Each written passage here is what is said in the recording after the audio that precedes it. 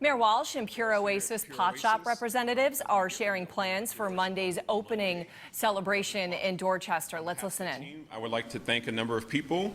First of all, I'd like to thank the Cannabis Control Commission for approving us as the state's first economic empowerment operation. We'd also like to thank Mayor Walsh, the City of Boston, the City Council, and Public Safety for their ongoing support as we have navigated through this process.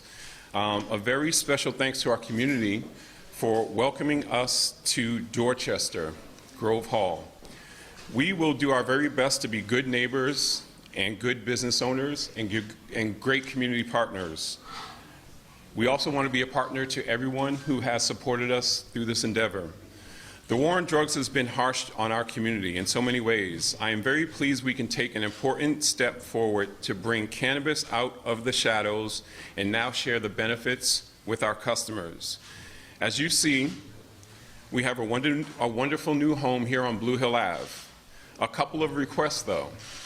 We encourage our customers to take public transportation and seek parking in local municipal parking lots. We want to remind our customers that public consumption of cannabis is illegal. We also want to remind everyone who comes to our store they must have a legal identification, a driver's license or a passport, and you must be 21 years or older. We are asking for everyone's help. And speaking of help, one of our biggest supporters has been Mayor Walsh. Some remarks from the mayor. Let me just, first of all, congratulate Colby and Kevin and everyone here at Pure Oasis. Congratulations on this exciting time. And I know that on Monday, I know that there's an unknown of what's going to happen, but I think that your journey to this point and the work you've done have really helped us shape a policy in the city of Boston and work with the Commonwealth of Massachusetts on to get here. So we want to congratulate you and your entire team. Well deserved.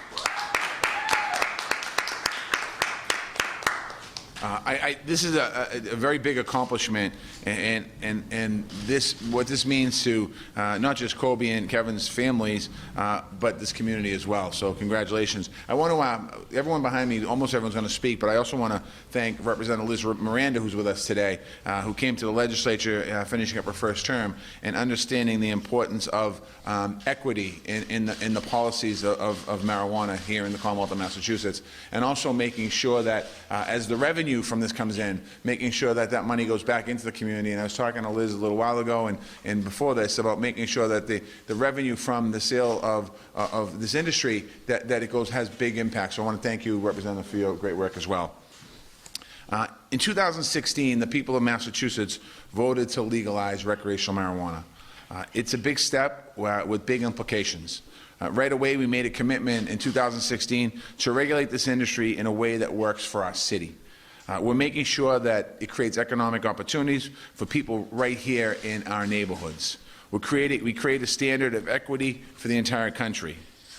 This took a lot of work. It took a lot of conversations. It took a lot of answers and questions by the press. We engaged with community groups and legal experts to make sure that the community understood and what was happening and what was going on in their neighborhood.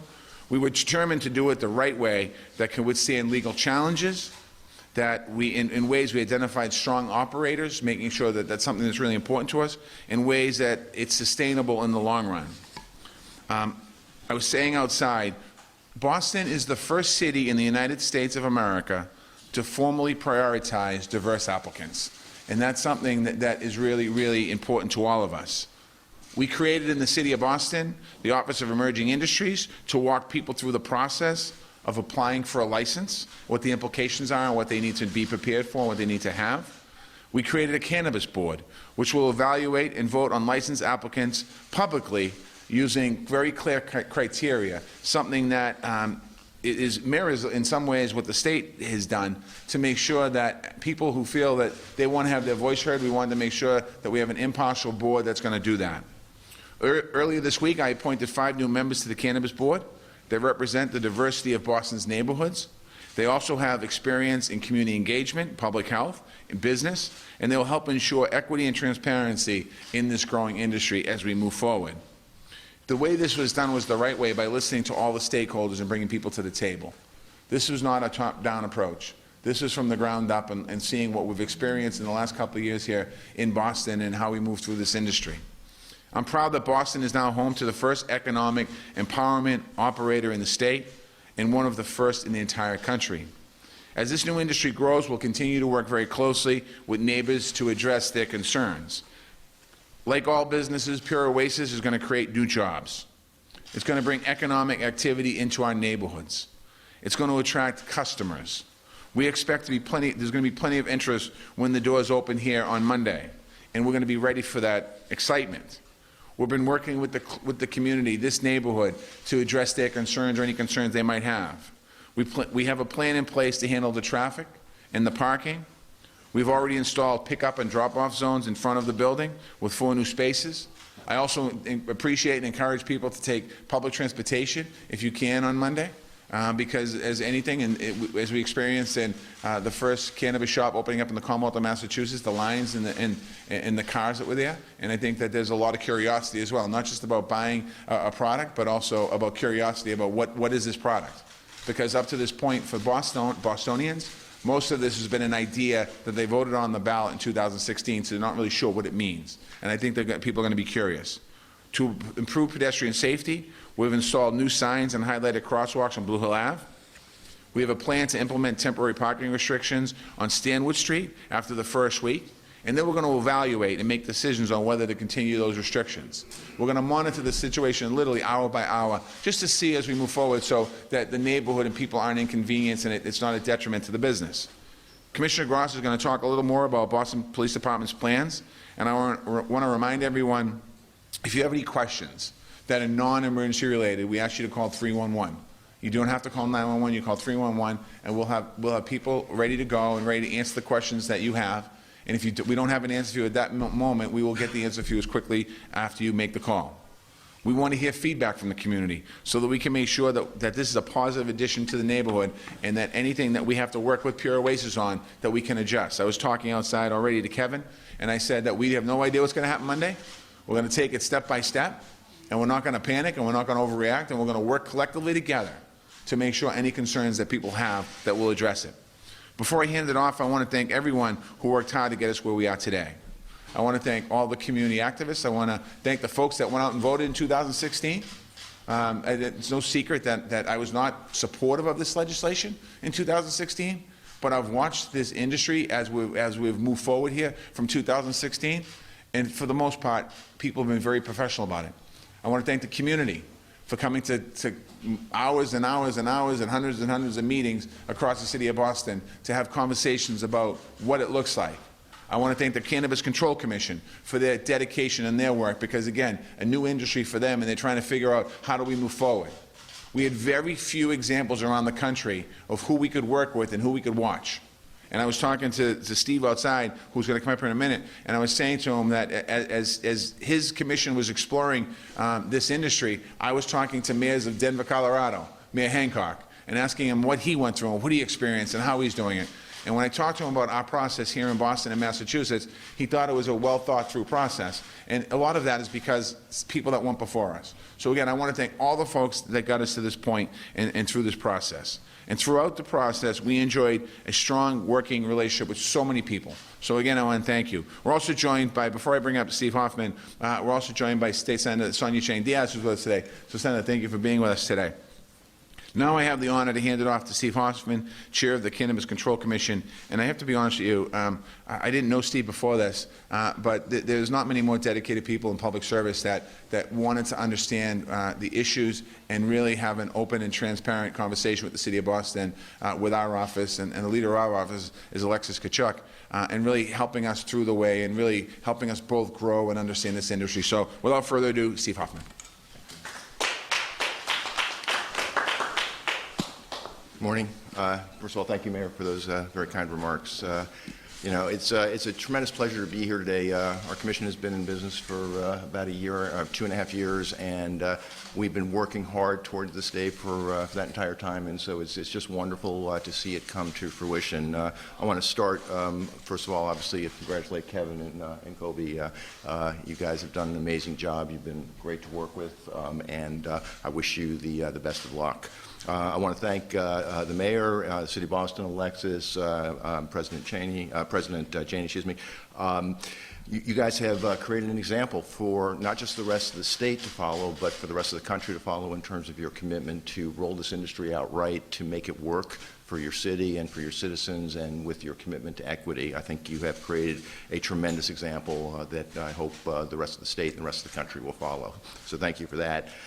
From the beginning, the Commission has been totally committed to make this industry work in the way it was intended to in Question 4 in 2016, and then the legislation that was ultimately passed in 2017.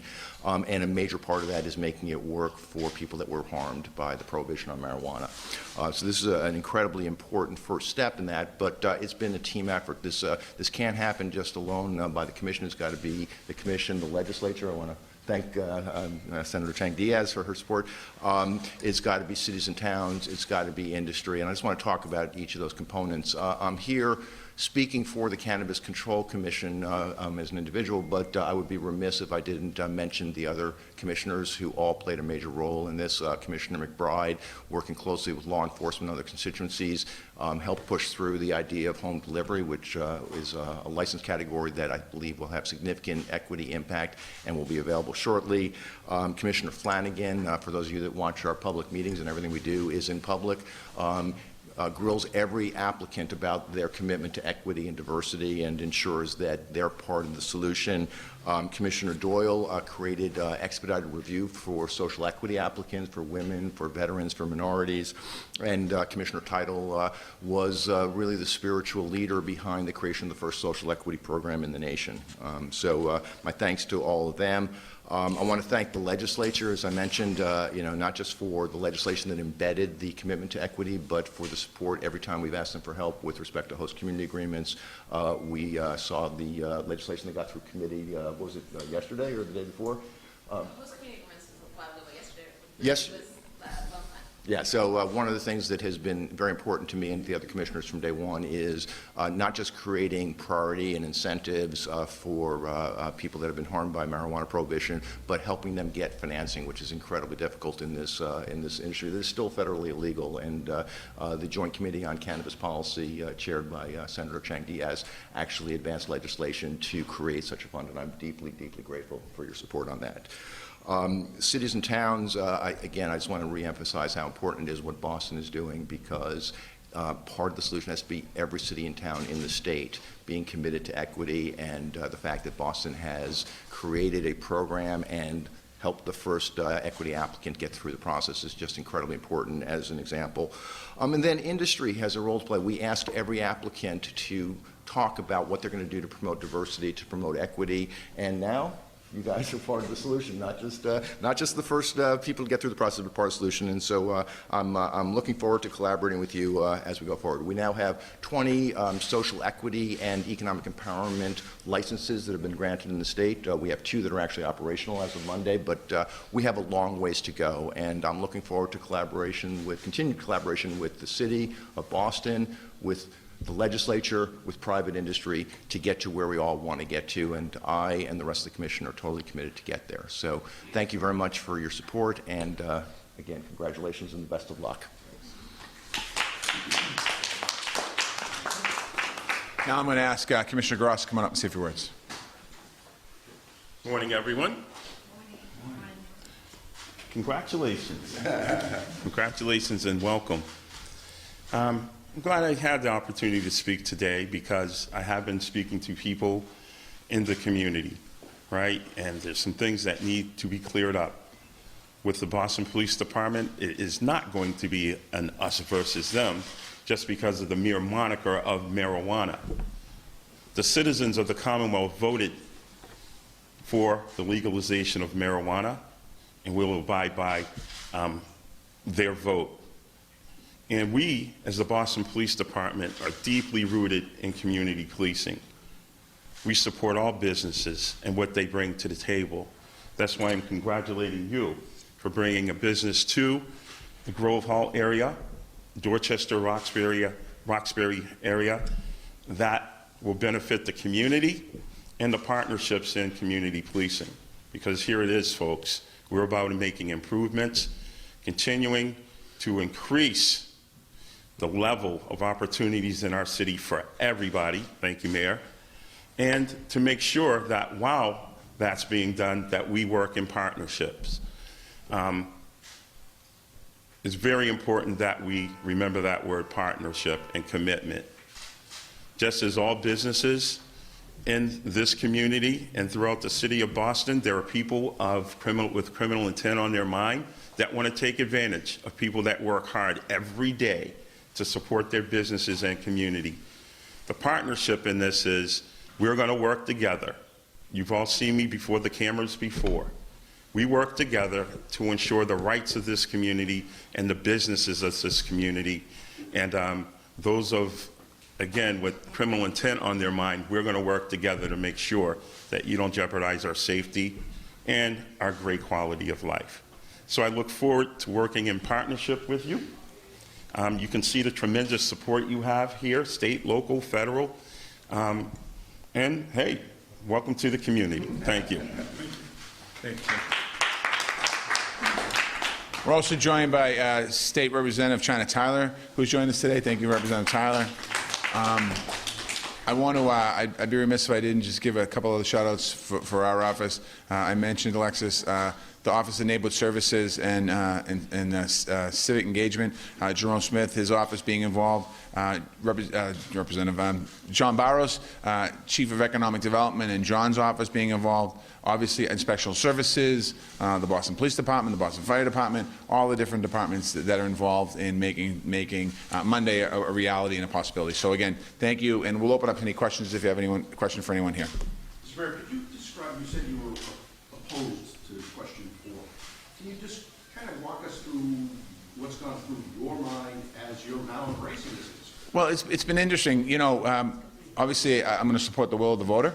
And as we went through this thing, I thought it's really important for us in the city of Boston to support the intent of the law. And a lot of this, when this industry went through, it was about people being incarcerated wrongly. It was about going after people in communities that might not have other means. And I thought about, is there an opportunity now for us here, and we're seeing it here at Pure Oasis, to open up an industry, or open up a new industry in Massachusetts and in Boston in particular, and how can we make sure that the disadvantaged neighborhoods and people that have not had those opportunities have opportunities to get employment, earn money, move forward, be successful, and looking at this as a real economic opportunity in the city of Boston, closing the income gaps, closing those gaps that have been there forever, looking at public safety through a different lens. I think it's really had us take a kind of a whole different holistic view of the industry and what the impact, the positive impacts can be. And the revenue from this industry, you know, in the city of Boston, we're going to get additional revenue from this, and thinking about where do we dedicate that revenue, and at the state level, you know, maybe there's a possibility to do we take some of this money and earmark it towards programs that are important across the Commonwealth? Maybe we look at, you know, universal child care. Maybe we look at different areas. So this is all new excitement. That's things that the legislature and the government will have to figure out. But there's really a lot of possibilities here on this. And then having 2 entrepreneurs that clearly are nervous today, but it's exciting for them. That otherwise they might not think, what would be my business if this didn't come? And so there's really a lot of great opportunities out of this. Can you talk about the timeline just a little bit? I know the first recreational marijuana dispensary opened up 16 months ago or so in Leicester. And obviously this is the first one in the city of Boston. What took so long? Well, I mean, I'll have the chair come up here in a second. I don't think it took long. I think that this industry is brand new. And as I said earlier, you know, there wasn't a lot of boilerplate language around the country that we could look at to see what they did. And I think that I would rather be consistent and steady and have a very good outcome than rush and start approving facilities all over the city of Boston and probably all over the Commonwealth of Massachusetts. And I don't think it took a long time. I think that there's a lot that was learned. And I think that, you know, legislature is still working on legislation on the industry. We appointed the Cannabis Control Board last week. It's still an evolving industry here, and it's still going to change and move. I think that, you know, one of the things, I'll tell you, we go to a neighborhood meeting quite often, and, you know, the people in the room, 90% of the people in the room, 80% of the people in the room, they're against having a marijuana facility in their neighborhood. However, when you come back and say 75% of the community voted for it, it's an educational thing too. So I don't think it took a long time. I think it's about making sure that we're getting this process right. The worst thing that would happen is we start approving marijuana facilities all over Boston and Massachusetts and realize, oh, we really should have thought of this or we should have thought of that. And today's a little different too. What we're doing here is a little different because we're talking about equity. This is at the heart of what most people voted. I think that was what I heard, why people voted for the legislation is at the heart of what we're doing here today. We're opening an office that's an equity candidate, and that's something that's really important. Chair Hoffman, I have a question for you. Okay. Yeah, please, oh yeah, anybody. Sorry. Are you sure? Are you sure you don't want to ask? No, give it to him, ask him, A lot of equity empowerment applicants have really raised concerns about while they can maybe get through the process through the CCC and on the state level, they're having issues in the municipalities. Yes. And there are tremendous barriers to entry. Yes. Getting a facility open in municipalities. I know you issued a letter to try to break down some of those barriers. What's being done to make sure that more folks get over the finish line? Well, I think that that's part of the solution. So we have asked the legislature, first of all, to give us enforcement authority over host community agreements, which has been a barrier. A lot of the cities and towns, and I'm not going to name names, but cities and towns are asking for substantial amounts of money above and beyond the mitigation fees, and that obviously is a barrier to smaller entrants. So that's something we hope the legislation will advance and give us the opportunity to address. We also asked the legislature to make cities and towns accountable for equity. I again applaud Boston and Cambridge, Somerville, Holyoke, other cities around that have introduced equity into their application process.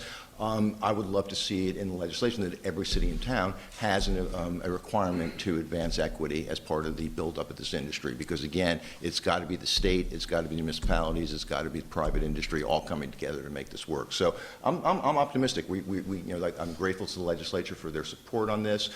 We are making progress. We have 21 licenses for social equity and economic empowerment applicants, which is nowhere near where we need to be, but it's progress. So I'm very optimistic, but we have more work to do, and it's going to be, as I said, a collaboration between cities and towns, the state, and private industry to get where we need to. But we're going to get there.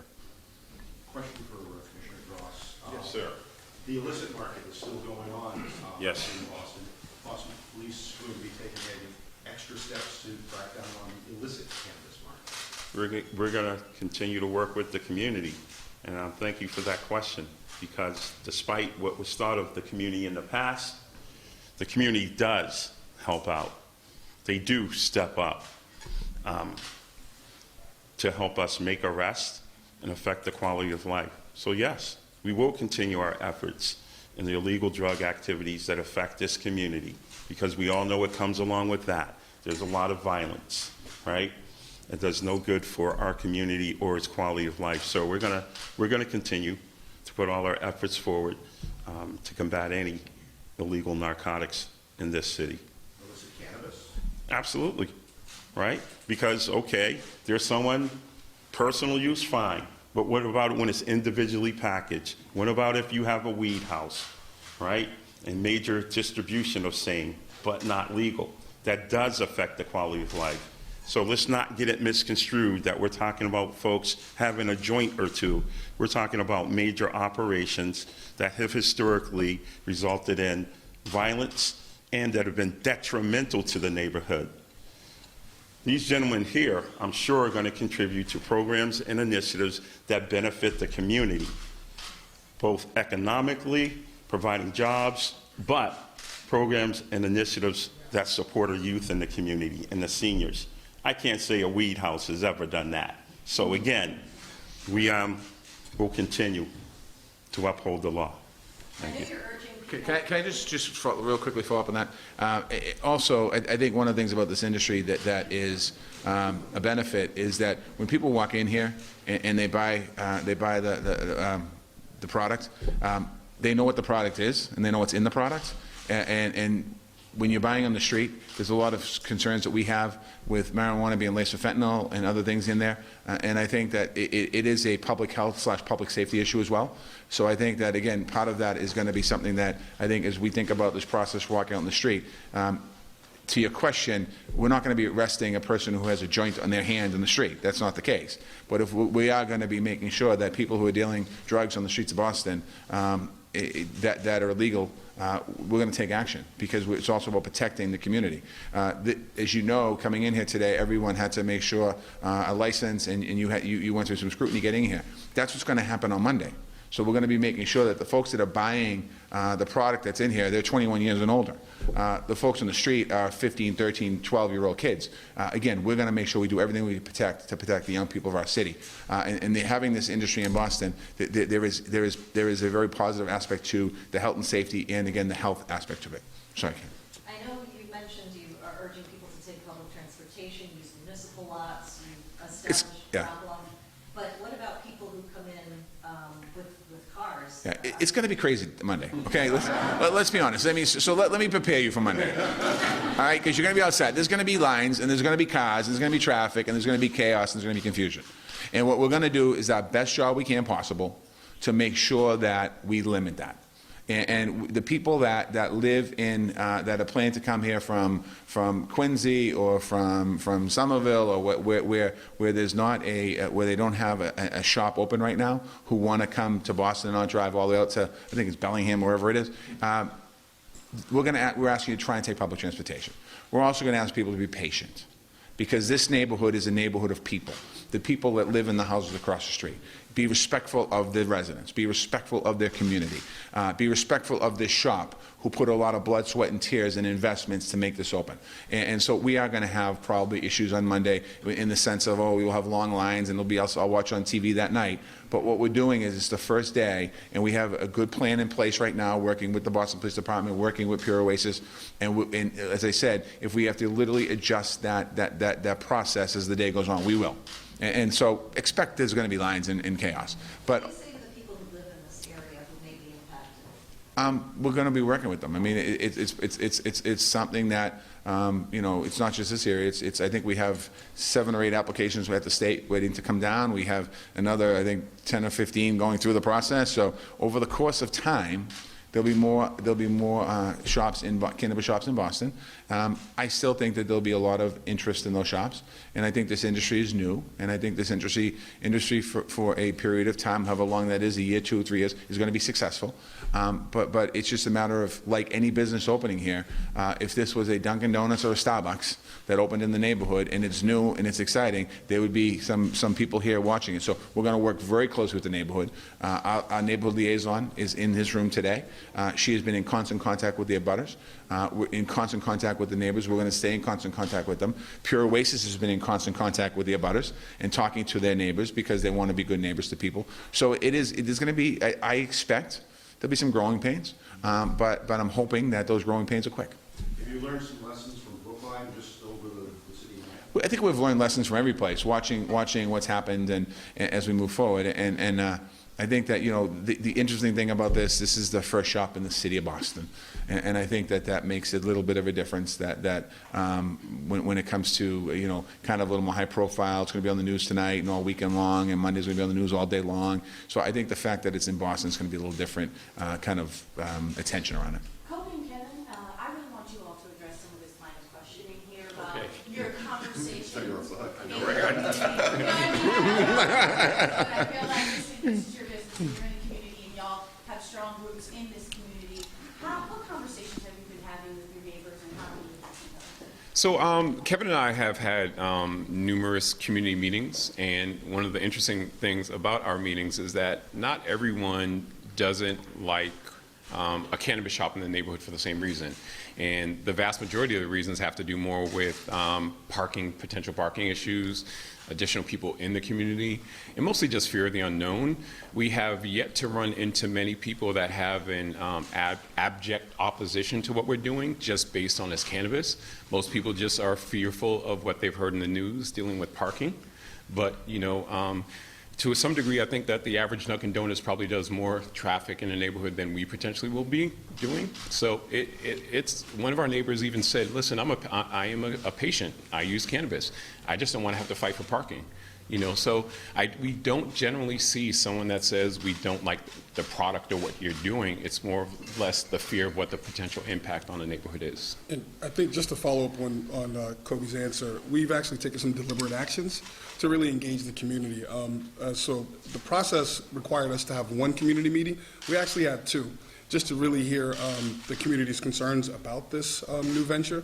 And what we've done most recently is actually outreach to the community through people on our team to talk to the neighbors, to let them know that we're coming and to address any concerns that they may have also. Even the space that you're in, this space is dedicated just to get people off the sidewalk and into the into our buildings so that we aren't causing any impeding traffic on the sidewalk. So we, again, as Kevin indicated, we've been very deliberate in being good community partners, you know, because it's an ongoing conversation, it's collaborative, and at the end of the day, we want to be supportive of this neighborhood because we have deep roots here. Are you guys nervous about Monday? Absolutely not. Absolutely not. Very. Yes, very nervous. Anything? One last question. Go for it. Anyone? Okay. You guys asking anybody to do anything other than take public transportation to kind of mitigate? Ride share, Ride sharing. bikes, walk, anything, you know. I mean, because again, as we've already indicated, you know, we want to have a long relationship with Dorchester and Grove Hall, and with that, we operate this business as if we live in this neighborhood, so we want to embody the concerns of the neighbors. So if there's anything, we've traveled across the country looking at what people do at different states for their dispensaries versus discounts for ride-sharing services or whatever the case. Over time, the traffic will subside, and what you will find is it's more neighborhood people coming here who aren't necessarily driving from, you know, another part of the city. So over time, the traffic will subside, but we are encouraging people to use municipal lots, use public transportation, ride-sharing services, just to reduce the impact on the neighborhood. And our commitment to the community is to be good neighbors.